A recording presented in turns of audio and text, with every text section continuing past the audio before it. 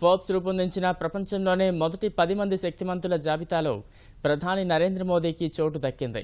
ఈ జాబితాలో మోదీ 9వ స్థానంలో నిలిచారు.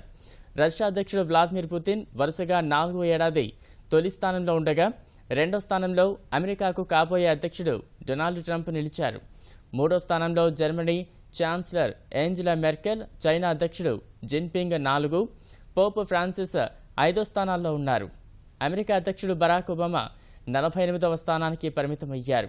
Facebook CEO Zuckerberg 10, Reliance Industries అధినేత ముఖేష్ అంబానీ 38వ స్థానంలో నిలిచారు.